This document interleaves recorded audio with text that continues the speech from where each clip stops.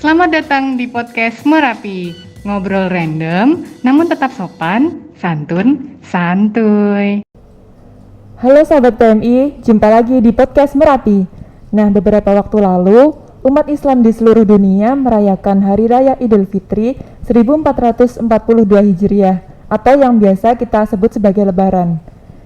Nah, di episode kemarin kan sudah membahas tentang persiapan menghadapi Lebaran dari PMI. Nah, di episode kali ini karena masih dalam suasana Lebaran nih, topik pembahasan kita juga nggak bakal jauh-jauh dari hal tersebut. Tapi ada yang baru nih sahabat PMI, kita bakalan ngobrol dengan sesi terbaru podcast Merapi nih, yaitu kisah inspiratif. Sesi kisah inspiratif ini adalah sesi podcast dengan mendatangkan narasumber untuk kita ulik kisah di balik layarnya. Dan di episode ini, kita akan mengulik tentang kisah di balik para relawan yang bertugas ketika Hari Raya Idul Fitri tiba atau biasa disebut PAM Lebaran. Dalam kisah inspiratif, nanti kita cerita tentang Hari Raya. Selama beberapa waktu ke depan, selain ada aku, Hana, kita juga ditemani narasumber yang akan berbagi kisah inspiratifnya nih. Beliau adalah Bapak Lukman Cakim, yang merupakan relawan PMI. Selamat datang di podcast Merapi, Bapak. Bagaimana kabarnya hari ini? Alhamdulillah kabar baik. Alhamdulillah. Tetap semangat. Iya. Ya harus tetap semangat ya Pak. Walaupun keadaan serba terbatas sekarang ini, nggih. Ya. Iya. Kita harus tetap semangat walaupun kondisi ini pandemi, tapi kita tetap menjalankan aktivitas seperti biasa. Siap, luar biasa. Itu karena. Sebelumnya saya manggilnya Bapak, Mas atau bagaimana nih supaya nanti ngobrolnya lebih enak dan akrab gitu. Nah, apa ya? Mas aja ya. Oh, nggih, siap. Nggih, Mas Cakim nggih. Di nyantai itu. Oh iya. Setelah melalui bulan Ramadan, tentunya kita akan dipertemukan dengan Hari Raya Idul Fitri. Biasanya, menjelang Hari Raya, banyak orang yang melakukan mudik atau pulang ke kampung halamannya karena ingin merayakan Lebaran bersama keluarga besar. Dengan adanya mudik, kondisi jalan pasti bakal lebih ramai nih, karena banyaknya moda transportasi yang digunakan para pemudik untuk menempuh perjalanan ke kampung halaman mereka.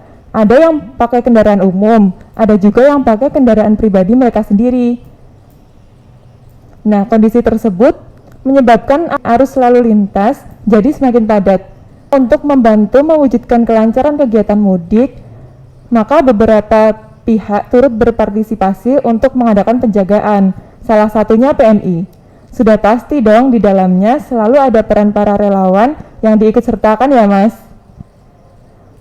Iya, betul. Oke, mungkin sahabat PMI yang pernah melakukan mudik nih, pernah juga beberapa kali melihat pos penjagaannya dari PMI di beberapa titik kota yang dilewati. Nah, Mas Cakim, sepertinya sahabat PMI ada yang pernah dengar nih PAM Lebaran atau malah sering dengar istilah itu. Tapi sebenarnya arti dan tujuan dari PAM Lebaran itu sendiri apa sih, Mas? Ya, kalau untuk PAM Lebaran ini kan sebenarnya untuk teman-teman relawan, kalau itu relawan Palang Merah itu, ini kan udah nggak asing lagi yang nama PAM Lebaran. Nah, kenapa nggak asing? Karena PAM Lebaran ini dia kan hanya setahun sekali. Biasanya di 1 minggu menjelang Lebaran ataupun 1 minggu setelah Lebaran. Nah, dan ini kan di sana kenapa kita adakan karena tujuannya adalah untuk pengamanan arus mudik ya, karena kita tahu sendiri untuk mudik ini kan sudah menjadi budaya masyarakat Indonesia, bahkan di negara lain pun juga ada. Nah, karena mudiknya ini secara bersamaan, ya, puncaknya itu menjelang hari Lebaran, maka di sana PMI turut ikut mengamankan arus mudik para pemudik maupun masyarakat yang ingin beraktivitas di luar rumah, karena menjelang Lebaran masyarakat yang nggak mudik pun juga ikut meramaikan suasana di luar ya. Jadi ketika PAM sendiri, PMI juga tidak bekerja sendirian. Kita bekerja sama dengan stakeholder yang lain. Biasanya ada dari dinas kesehatan, dari kepolisian, dari komunitas, ada komunitas terapi, komunitas orari, komunitas banyak komunitas yang ikut bekerja sama dalam pengamanan arus mudik Lebaran ini.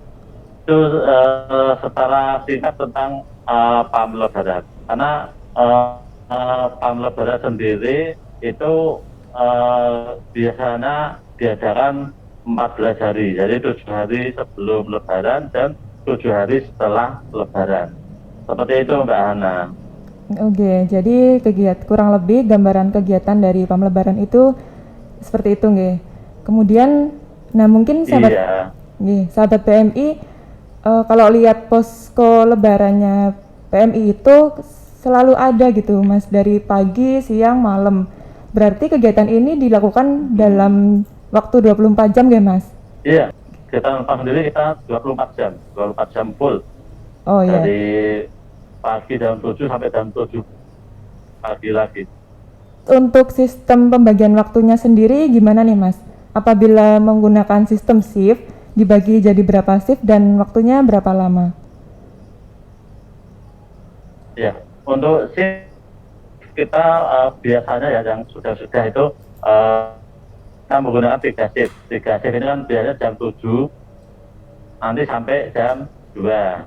Terus nanti jam 2 sampai jam 9, nanti jam 9 sampai jam 7. Nah ini biasanya yang malam ini biasanya dia waktunya agak lama karena kondisi malam biasanya lumayan agak landai ya. Beda ketika pagi hari sama sore hari. Kalau pagi hari itu suasananya sangat ramai sekali sama sangat sporty, jadi biasanya di sana aktivitas lebih tinggi.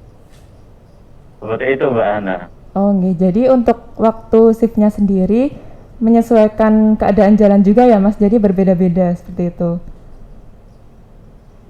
Nggih. Yang jelas 3 shift itu. Oh nggih ya, dibagi menjadi 3 shift nggih. Kemudian untuk penempatan posko lebarannya sendiri Mas, itu berdasarkan apa, kebutuhan apa? Kemudian untuk daerah Yogyakarta sendiri, prediksi penempatan poskonya itu ada di mana aja sih Mas?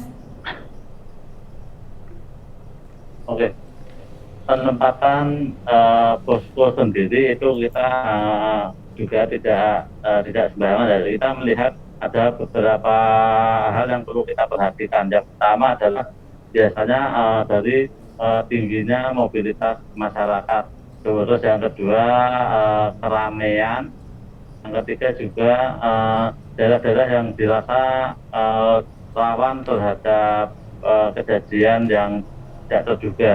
Kejadian tidak terduga ini biasanya dia kecelakaan, terus orang pingsan, mungkin kecapean, terus juga karena ramainya arus lalu lintas biasanya juga ada hal-hal yang tidak kita inginkan. Jadi kalau yang terjadi itu kan banyak yang pingsan itu karena kecapean ya. Selain itu juga ada yang pada pusing seperti itu. Terus untuk lokasi-lokasi sendiri itu kan biasanya tempat-tempat yang ramai tadi, yang tempatnya ramai, mobilitasnya tinggi, terus juga arus lintasnya cukup lumayan ramai. Biasanya seperti di terminal.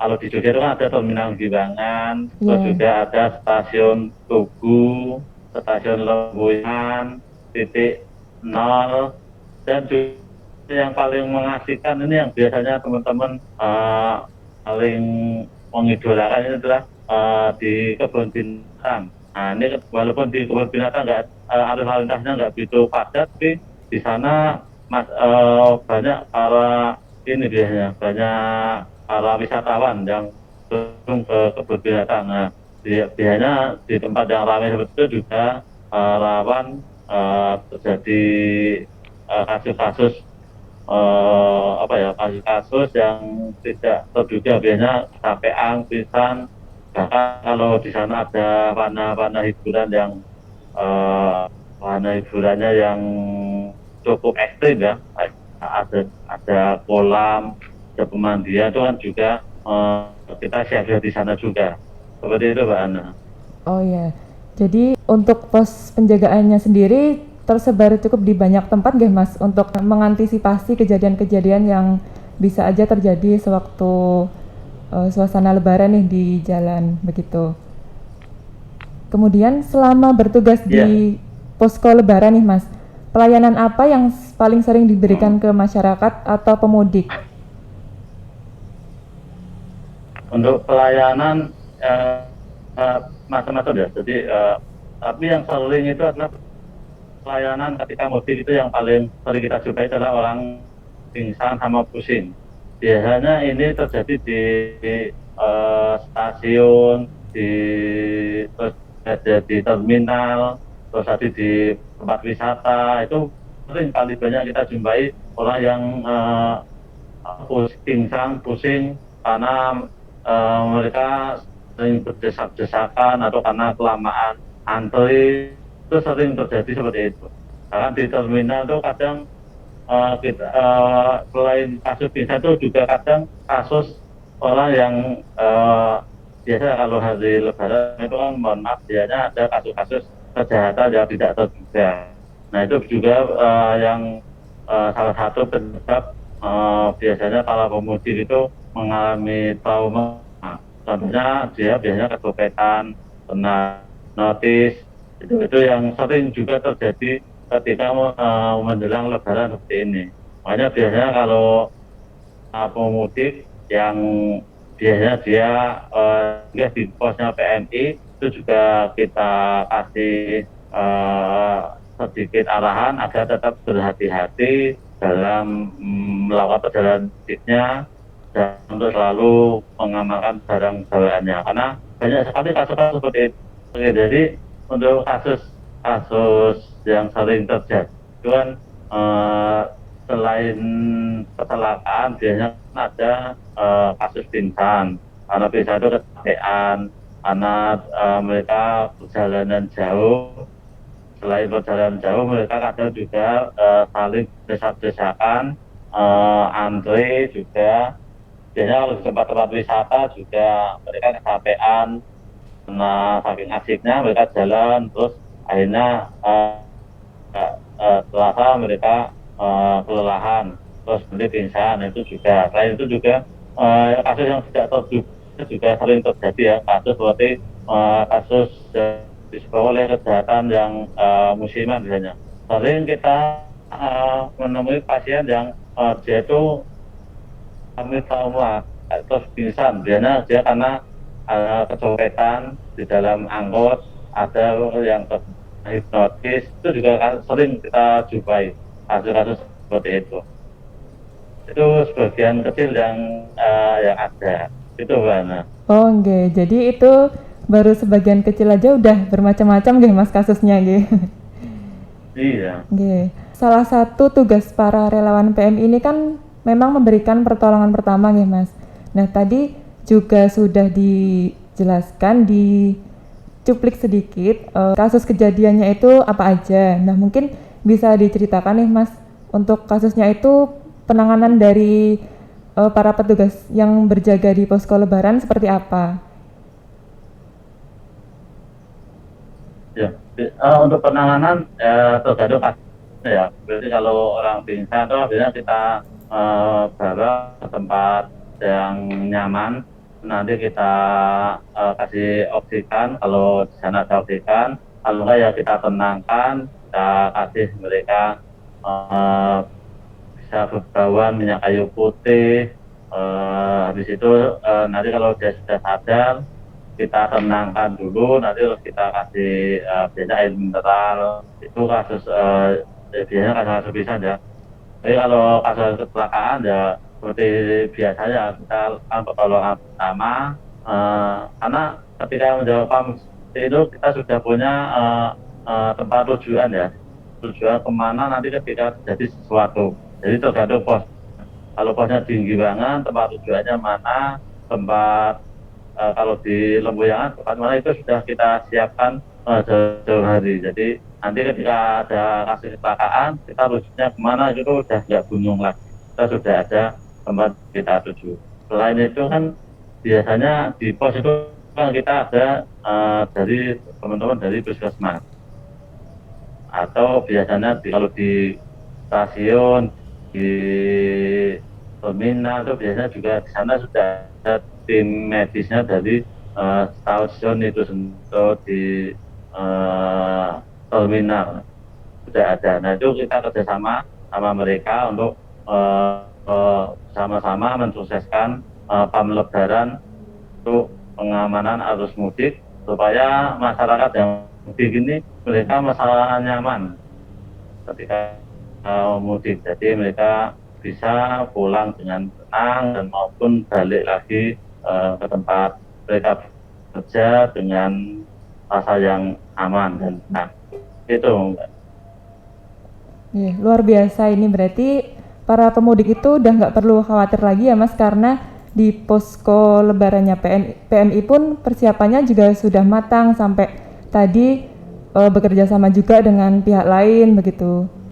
Iya, itu sudah kita persiapkan. Jadi untuk para pemudik itu jangan malu-malu lah untuk mampir ke pos kesehatan yang kita adakan di sana ya, dengan stakeholder yang lain. Untuk ya para pemudik yang main itu kan nggak harus orang yang sakit, jadi mungkin dia tanya alamat itu juga kita layani sebatas kita tahu ya. Jadi sering juga terjadi pemudik yang dia bingung arahnya, kalau katakan kalau dia mau mudik ke Sragen itu lewat mana, jalur yang nggak macet mana, itu nanti kita berikan arahan juga, karena di sana pos itu biasanya juga ada dari Bapak Polisian yang bisa kita mintai tolong juga ketika ada pemudik yang bingung cari tempat yang nggak begitu macet, itu juga selalu ada. Jadi tidak hanya pada kasus-kasus medis saja, jadi segala kebingungan yang para pemudik alami itu insya Allah kita siap membantu bekerjasama dengan stakeholder yang lain. Oke, jadi sahabat PMI nggak perlu ragu-ragu lagi nih untuk datang ke posko lebarannya PMI, karena nanti akan diberikan pelayanan yang baik, yang maksimal begitu. Karena juga PMI, dari pihak relawan PMI ini juga sudah menyediakan fasilitas yang sedemikian rupa untuk mendukung kenyamanan dari para pemudik itu sendiri. Kemudian kita masuk ke pengalamannya dari Mas Cakim sendiri nih Mas. Dalam menjalankan suatu tugas itu kan pasti ada suka dukanya ya Mas. Iya. Nah di PAM Lebaran ini Mas, suka dukanya itu seperti apa? Mungkin boleh nih berbagi cerita di balik layarnya ke sahabat PMI. Oke, kalau suka dukanya itu lebih banyak sukanya ya kalau saat PAM Lebaran ini. Terus terang saya sangat suka sekali.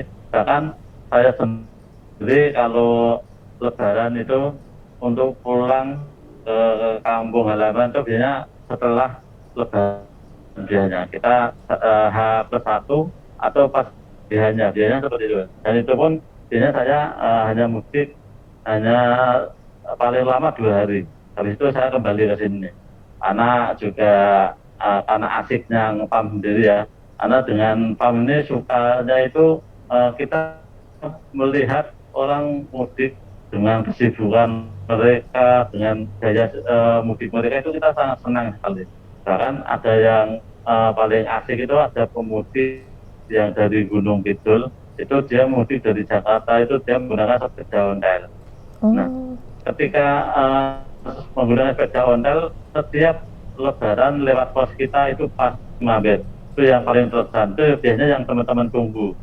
Biasanya kalau udah menjelang hari Lebaran, itu mesti udah pada berbincang, mana nih ya pemudik sepeda, kok belum datang ya? Nah, seperti itu, kita tunggu orang itu. Karena itu mudik pemudik yang paling unik ya, bisa dibayangkan sendiri ya, dari Jakarta ke Gunung Kidul naik sepeda. Wah, itu sungguh luar biasa. Dan itu alhamdulillah setiap melewati pos kita itu dia pasti mampir, walaupun hanya untuk beristirahat sejenak, untuk berbagi pengalamannya. Dan alhamdulillah eh, pemudik yang pakai sepeda ini ketika mampir tempat kita selalu dalam keadaan fit ya, dia sudah bisa menjaga stamina. Itu salah satu keasikan. Terus keasikan selanjutnya itu ya biasanya kita juga di sana punya banyak kenalan ya. Kenalannya dari entah dari pemudik sendiri ataupun dari teman dari stakeholder yang lain. Suka-dukanya itu ada suka lagi itu pernah kita juga mendapatkan bingkisan juga. Nah, itu kan juga nggak bisa kita mau juga ya, karena itu rezeki. Ada yang orang datang katanya dia seneng di sana ada teman-teman PMI yang selalu sampai 24 jam sampai dia ngasih bingkisan pada kita, kita terima dengan senang hati. Mungkin itu suka dukanya pengalaman saya yang saya ini. Oke. Jadi yang terjadi di posko Lebaran sendiri memang bermacam-macam ya Pak. Ada yang menyenangkan, ada yang kurang begitu. Tapi itu semua tidak menyurutkan semangat para relawan PMI ini untuk menjalankan tugas mengamankan kondisi Lebaran begitu. Tidak menyurutkan, walaupun kondisi panas atau apapun itu tidak menyurutkan mereka. Apalagi kalau mereka jaga pamnya di kebun binatang itu, panas pun tidak jadi terasa. Seperti itu Mbak Ana. Oke Pak. Jadi memang luar biasa pengabdian dari relawan PMI ini. Kemudian saya juga mau sedikit cerita nih Mas, boleh nggak? Boleh ya Mas? Boleh, monggo. Oke, jadi saya juga punya pengalaman menjadi relawan PAM Lebaran Mas. Nah, karena teman-teman relawan unit kampus saya itu banyak yang anak rantau, sehingga ketika Lebaran mereka juga menjadi pemudik nih yang pulang ke kampung halaman mereka masing-masing. Nah, hal ini tuh menyebabkan kekurangan personil relawan dari unit saya. Jadi memang personil yang ada itu harus memaksimalkan waktu mereka untuk bisa mengisi kekosongan kurangnya jumlah personil. Kadang juga sampai ada yang harus nginep di markas dan tidak mudik sewaktu Lebaran begitu. Mungkin kalau dari pengalaman Mas Cakim sendiri, hambatan selama menjalankan tugas di PAM Lebaran itu apa aja sih Mas? Ya, untuk hambatan kita macam-macam ya, apalagi kalau anggota menjelang Lebaran. Karena saya sendiri alhamdulillah pernah juga menjadi ketua dari Satgas Lebaran. Nah itu pas menjelang Lebaran itu sungguh luar biasa kendalanya. Karena kalau menjelang Lebaran itu banyak, emang benar ya, banyak nggak cuma di kampus Bahana aja, di kota pun juga banyak relawan yang mengadakan mudik. Jadi bagaimana kita biasanya membujuk untuk teman-teman agar tetap, yang khususnya yang ada di wilayah daerah istimewa Yogyakarta itu, untuk ikut berpartisipasi dalam kegiatan PAM Lebaran ini. Karena di luar sana banyak sekali masyarakat yang memang benar-benar membutuhkan keberadaan kita ya di lapangan untuk memberi rasa nyaman dalam mereka di kegiatan Lebaran itu. Karena yang kita layani nggak hanya para pemudik, tapi masyarakat juga, masyarakat sekitar itu kan biasanya kalau Lebaran kan juga beraktivitas tinggi ya, entah ada yang liburan atau berkunjung ke sanak saudara, itu juga menjadi salah satu layanan kita. Nah, biasanya kita kalau yang kita nggak mudik itu, kalau saya sendiri biasanya kita sampai berhari-hari tidur di posko markas biasanya gitu. Kita standby di sana karena kita siap menggantikan ketika ada shift yang kosong. Biasanya seperti itu. Kalau ada yang shift kosong, nggak ada personilnya, maka kita akan isi dengan kekuatan yang ada di markas. Karena harusnya kan kalau kita sudah mengisi PAM itu kan kita istirahat ya, istirahat terus nanti ngisi lagi seperti itu. Tapi karena biasanya kalau menjelang Lebaran itu ada yang kosong, maka kita akan lanjut untuk mengisi kekosongan itu. Jadi sebisa mungkin, semaksimal mungkin kita dalam pelayanan PAM Lebaran ini selalu ready 1 kali 24 jam. Seperti itu, Mbak. Oke, jadi di antara relawan PMI sendiri juga bekerja sama untuk mengatasi berbagai hambatan yang terjadi selama bertugas, ya Mas? Iya, betul. Nah, Mas Cakim itu kan nggak cuma sekali 2 kali nih terlibat dalam kegiatan PAM Lebaran. Nah, selama melakukan penjagaan PAM Lebaran itu pastinya sudah banyak ya kejadian yang Mas Cakim alami, yang dilalui begitu. Dari banyaknya kejadian tersebut, ada nggak nih Mas cerita yang berkesan dan masih membekas di hati nih? Kalau yang berkesan itu sebenarnya banyak ya. Ada banyak berkesan juga, ada berkesan senang itu kan banyak kali. Kalau yang pernah berduka itu kan kita pernah mendirikan pos yang ada di daerah Rawulu ya, di Jalan Wates sana, di samping Rawulu. Nah itu di sana kita pernah mendapati informasi adanya kecelakaan. Nah itu kita berangkat ke lokasi menggunakan ambulans dauratan. Nah ternyata di lokasi itu kan banyak masyarakat yang menonton ya, kejadian itu. Kebetulan waktu itu kejadiannya korbannya MC dua-duanya. Nah itu masyarakat itu pengennya karena itu gini ya, jadi yang kecelakaan itu kan para pemudik, 2 pemudik yang mereka bertabrakan dan 12 itu meninggal. Nah si pemudi ini kan pengennya didahulukan untuk ditangani lah, karena kita tahu sendiri biasanya kan yang kita dahulukan kan yang masih bisa kita selamatkan. Mohon maaf, biasanya kan yang kalau ada yang meninggal sama yang masih hidup itu kan kita dahulukan yang masih selamat ya, masih bernyawa itu kita dahulukan. Nah ini korban yang sedangkan dari pihak yang sudah meninggal ini dia pengennya didahulukan karena itu darurat ya, karena sudah meninggal katanya nanti segera ditangani, siapa tahu bisa tolong atau itu. Nah itu sampai sana kita itu beradu sampai kita kena sajian, yaitu hal yang wajar karena mungkin masyarakat kurang begitu memahami mana yang diprioritaskan ketika terjadi seperti itu. Itu salah satu hal yang nggak terlupakan ya, sampai kita didorong-dorong.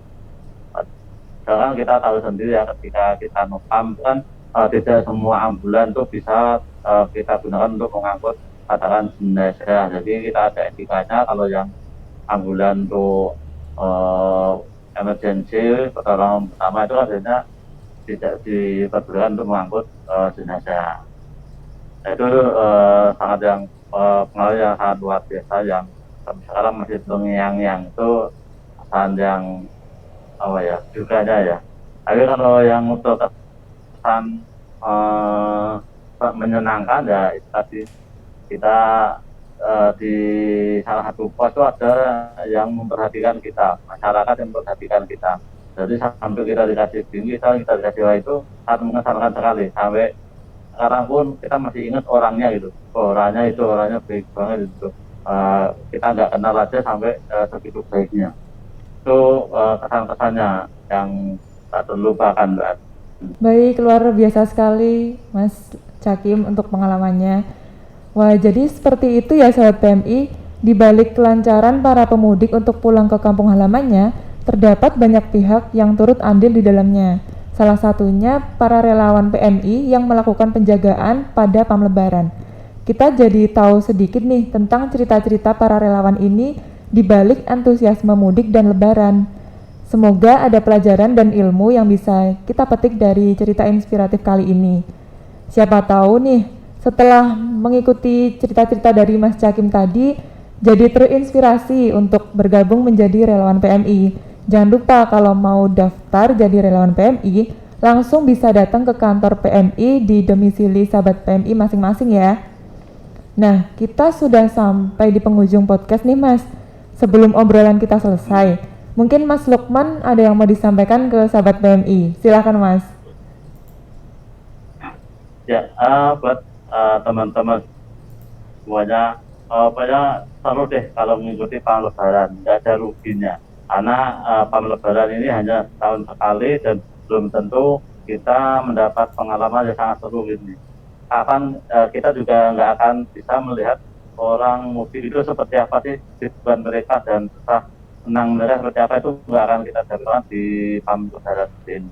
Karena kita juga akan kalau kita sendiri senang ya, kita senang kalau kita dibutuhkan oleh orang lain, itu yang paling mengesankan. Jadi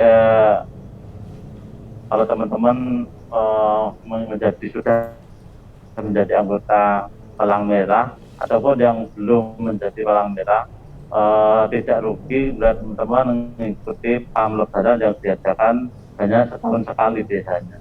Karena di sana kita bisa menemukan beberapa hal guna kehidupan kita di hari nantinya. Jadi nanti setelah kita mungkin yang belum berkeluarga, nanti ketika berkeluarga itu bisa bercerita, bisa mengambil hikmahnya. Ternyata kehidupan Lebaran itu seperti ini toh, senangnya. Jadi kita nggak hanya membayangkan senangnya dan ada dukanya juga. Itu Mbak Ana. Terima kasih banyak Mas Cakim di sela-sela kesibukannya sudah menyempatkan waktu untuk mampir ke podcast Merapi dan membagikan kisah inspiratifnya mengenai PAM Lebaran. Semoga Mas Cakim dan keluarga senantiasa diberikan kesehatan. Selamat melanjutkan aktivitasnya kembali Mas. Ya, terima kasih. Terima kasih Mbak Ana. Terima kasih sudah diajak untuk berbagi pengalaman. Mungkin di luar sana masih banyak teman-teman yang masih punya banyak pengalaman yang lebih seru, lebih asik. Mungkin di lain waktu bisa diajak gabung. Itu Mbak Ana, terima kasih sudah mengajak saya, dan saya juga mohon maaf ya kalau dalam penyampaian ini tetap ada yang kurang sopan atau kurang pas atau pernah menyinggung siapapun. Saya mohon maaf, tapi ya itulah realitas yang saya hadapi ketika saya bergabung di PAM Lebaran di Palang Merah Indonesia, khususnya daerah istimewa Yogyakarta. Terima kasih. Akhirnya wassalamualaikum warahmatullahi wabarakatuh. Waalaikumsalam warahmatullahi wabarakatuh. Nah, sahabat PMI, di kondisi sekarang ini, dengan adanya pandemi, membuat pemerintah harus melakukan pelarangan mudik untuk masyarakat, sehingga memungkinkan berkurangnya jumlah pemudik dan kelonggaran arus lalu lintas. Namun, para relawan PMI tetap pada tupoksinya untuk menyediakan posko dalam PAM Lebaran. Bagi sahabat PMI dimanapun berada, tetap berhati-hati dan selalu patuhi protokol kesehatan ya. Nah, gimana sahabat PMI kisah inspiratif kali ini? Seru dan menarik kan? Nah, jangan sampai ketinggalan keseruan episode lainnya ya. Kalian bisa pantengin Instagram PMI DIY di @pmi_DIY. Jangan lupa like, komen, dan subscribe, serta jangan lupa loncengkan notifikasinya supaya nggak ketinggalan episode podcast Merapi. Dan kami jadi lebih semangat juga nih untuk membuat konten-konten yang bermanfaat lainnya. Sampai jumpa dan selamat merayakan Hari Raya Idul Fitri bersama orang tersayang.